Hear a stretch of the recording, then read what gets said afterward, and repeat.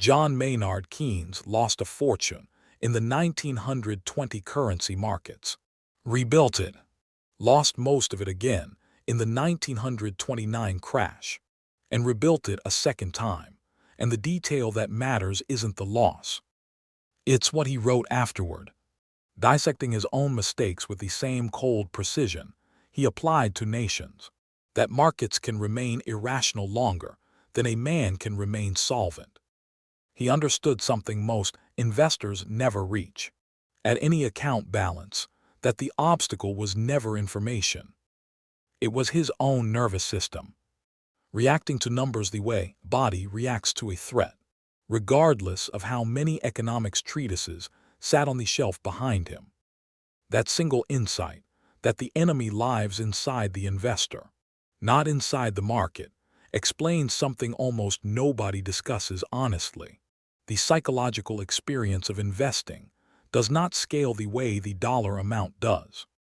$100 and $1 million are not the same problem at different sizes. They are entirely different problems, governed by different fears, different forms of self-deception, and different ways an institution profits from each one.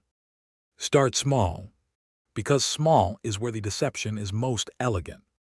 $100 in a brokerage app feels less like an investment and more like a lottery ticket dressed in financial language, low enough that losing it stings for an afternoon, not a year, which is precisely why it's the easiest entry point ever engineered. Robinhood, Webull, and a dozen imitators built entire business models on this exact threshold, gamifying the experience with confetti animations on trade execution and push notifications, timed to spike dopamine at the moment of greatest emotional vulnerability. Internal documents and subsequent regulatory scrutiny, including a $65 million settlement Robinhood paid to the SEC in 2020 over misleading customers about how its revenue actually worked, revealed what the confetti was covering for: payment for order flow, a practice where the platform sells a user's trades to market makers, profiting whether the user wins or loses. At $100, the platform does not need the investor to succeed. It only needs the investor to keep playing. Here is the invisible architecture sitting underneath that $100 account, and underneath every account above it. Scaled differently but never absent, the financial industry does not primarily sell returns. It sells the feeling of participation, because participation generates fees, spreads, and data regardless of outcome. A retail trader watching a stock chart at 2 in the morning, blue light washing across a dim bedroom, thumb hovering over a buy button, is not behaving irrationally by the standards of the system designed around him. He is behaving exactly as predicted, and predicted behavior, as in every system built on attention, is the actual product being sold to someone else entirely. Move the number up. $10,000 changes the psychology entirely, because now there is something real enough to lose. This is where Daniel Kahneman and Amos Tversky's research becomes load-bearing rather than academic. Their 1979 paper, Formalizing Prospect Theory, demonstrated, through carefully controlled experiments, that human beings do not weigh gains and losses symmetrically. A loss registers roughly twice as painful as an equivalent gain feels good. At $100, this asymmetry barely registers. The stakes are too trivial to trigger it. At $10,000, it activates fully. The investor who watched the position rise 8% and then retreat to flat doesn't experience that retreat as no change. He experiences it as a loss of the gain he'd already mentally spent, a phenomenon Kahneman's framework predicts with uncomfortable accuracy. This is the exact moment institutions know an account is most likely to make its worst decision, selling at the bottom of a temporary dip out of pure loss aversion, or doubling down on a losing position to avoid registering the loss as final. Neither decision is about the asset. Both are about the asymmetry sitting quietly in the investor's nervous system since long before they opened the account. Picture the scene properly. Kitchen table at 11 at night. Laptop open. Coffee long gone cold beside a half-eaten plate. A spreadsheet tracking a position that's down 4% for the third straight day. The investor isn't calculating expected value. He's negotiating with a feeling, the specific, physical discomfort of watching a number that represents 3 months of saved income tick downward in real time. The chest-tight sensation that has nothing to do with the company's balance sheet and everything to do with a cognitive bias formalized in a paper published before he was born. Nobel committees gave Kahneman the prize in 2002 for proving, among other things, that this man at the kitchen table is not an outlier. He is the median case. Climb further to $100,000, and a strange inversion occurs that behavioral economist Richard Thaler documented under the name the house money effect. Thaler's research, building on earlier work with gambling behavior, found that money won or gained is treated psychologically as fundamentally different from money earned through labor. People take far larger, far riskier bets with money they perceive as found or extra, even when a dollar is, in any rational accounting, identical to any other dollar. An investor who built an account to $100,000 over a decade of disciplined saving will often treat the first $50,000 as sacred and the gains above it as expendable, house money, available for the kind of speculative swing they'd never have made with the principal. This is precisely how serious capital ends up in volatile, unresearched positions. Not through ignorance, but through a mental accounting trick the brain performs automatically, sorting identical dollars into categories that feel different even though they spend exactly the same in a market crash. This is also the size at which the industry stops selling participation and starts selling sophistication, a different mechanism, aimed at a different vulnerability. Wealth management firms, hedge fund feeder structures, and exclusive investment clubs all cluster their minimum buy-in suspiciously close to the $100,000 threshold, because the psychology of the buyer has shifted from wanting access to wanting status. The fee structure changes accordingly. A 2-and-20 arrangement, 2% of assets annually, 20% of any gains, has survived in hedge fund culture for nearly a century, not because it consistently outperforms a low-cost index fund, which extensive academic research, including long-running tracking by Warren Buffett through his decade-long public bet against hedge fund returns, repeatedly shows it does not. It survives because exclusivity itself has a price, and the investor paying it is purchasing identity as much as return. Pause here is where the conventional wisdom about wealth and security breaks completely, and it breaks at exactly the threshold most people assume would finally deliver peace: $1 million. The cultural script insists that arriving at 7 figures resolves the anxiety that defined every smaller tier, that the kitchen table investor sweating over a 4% dip will, upon reaching this number, finally rest. Research into this specific population says almost the opposite.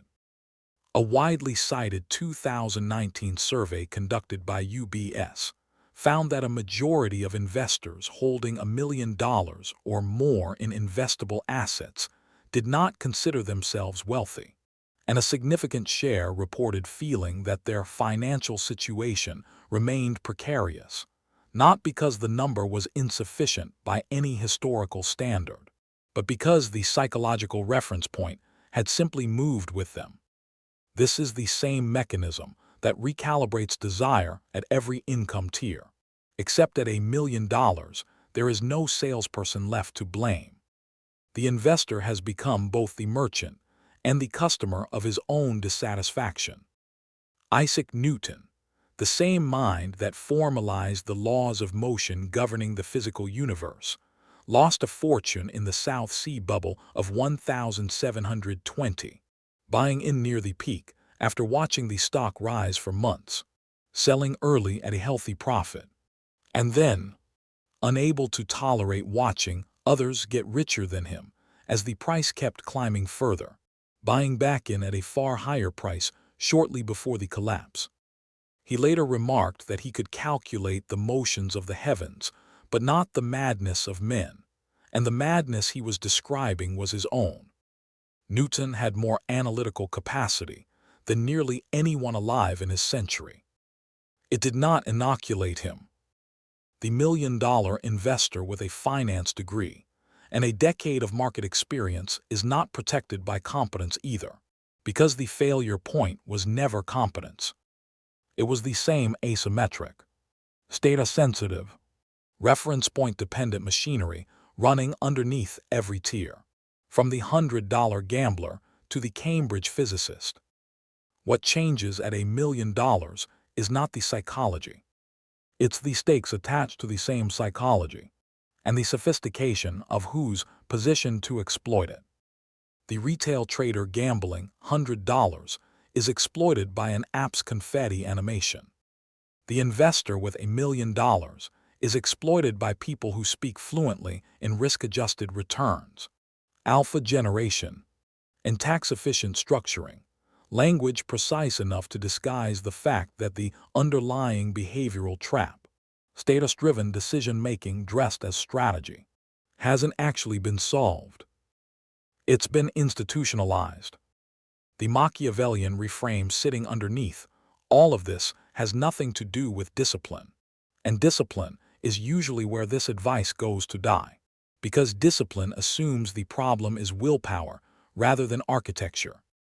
The actual leverage point is recognizing that every tier of investing comes preloaded with a specific, named, well-documented psychological failure mode, and that the entire financial services industry, at every price point, has built its profit model around that failure mode rather than around solving it. The $100 platform profits from your participation regardless of outcome. The $10,000 advisor profits from your asymmetric fear cycling you in and out of positions. The $100,000 fund profits from your appetite for exclusivity. The $1 million wealth manager profits from your inability to recognize that the goalpost moved the moment you crossed it. None of these are accidents of poorly designed system. They are the system functioning exactly as built.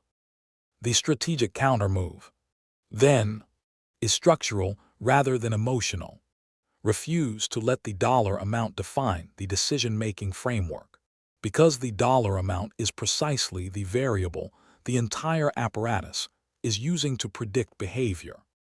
An investor who applies the same cold, rule-based criteria at $100 that they would apply at $1 million, position sizing rules, predetermined exit criteria, a refusal to let a gain be mentally recategorized as house money, is no longer legible to the systems designed around the typical emotional arc of each tier. Predictability is the actual commodity every one of these institutions is harvesting. An investor who declines to be predictable, at any size, stops being profitable to extract from in the specific way the architecture assumes. There is a colder layer beneath even that. Wealth, at every level examined here, was never actually about the number. It was about who controls the reference point against which the number gets measured. The gambler at $100 is anchored to the confetti animation's implied promise of easy multiplication. The kitchen table investor at $10,000 is anchored to the high water mark of his best week. The fund client at $100,000 is anchored to the exclusivity of the room he's allowed into. The $1 million holder is anchored to whoever in his social orbit holds slightly more. Anchor your own reference point instead, fixed. internal, indifferent to the market's daily theater, and the entire emotional machinery these institutions are built to trigger simply has nothing left to grip. Newton went back to physics after the South Sea bubble and never speculated in markets again, choosing instead to operate in the one domain where the variables stayed still long enough to actually master. He had calculated, correctly, that the problem was never the equations. It was a mind that could be moved by other minds, at any altitude, for any amount, the moment it stopped setting its own coordinates and started borrowing everyone else's.